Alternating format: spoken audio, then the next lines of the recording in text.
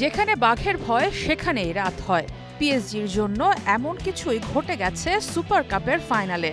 দলের star goalkeeper দোন্নারুম্মার club ছাড়া, সেটা নিয়ে লুই এনরিকের রিয়াকশন, সব মিলিয়ে পিএসজির গোলবারের নতুন দায়িত্ব নেয়া লুকাস শেভালিয়ারের জন্য গুমোট একটা পরিস্থিতি দাঁড়িয়েছিল সুপার কাপের ফাইনালের আগে।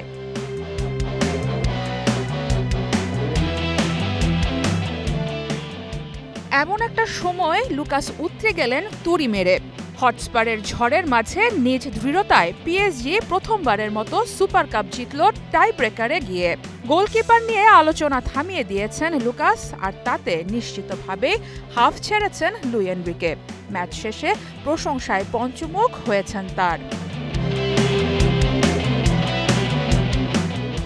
উল্টো দিকে এক সমুদ্র হতাশা টটেনহ্যামের ডেরায়। ফার্স্ট হাফেই 2 গোল, সেই লিড ছিল 84 মিনিট পর্যন্ত। টটেনহ্যামের সবাই হয়তো শিরোপা উদযাপনের তরিকাগুলো ভাবছিলেন, কিন্তু বিধিবাম তারা যে মুখোমুখি ছিল বর্তমান ইউরোপ সেরা দলটার বিপক্ষে।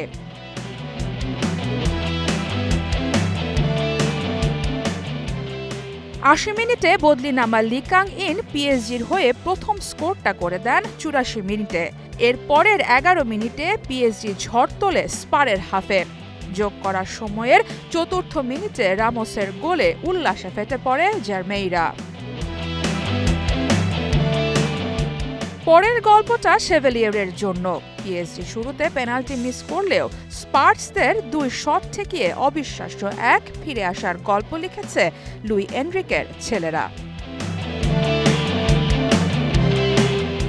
সারা মাহবুব, স্টার নিউজ।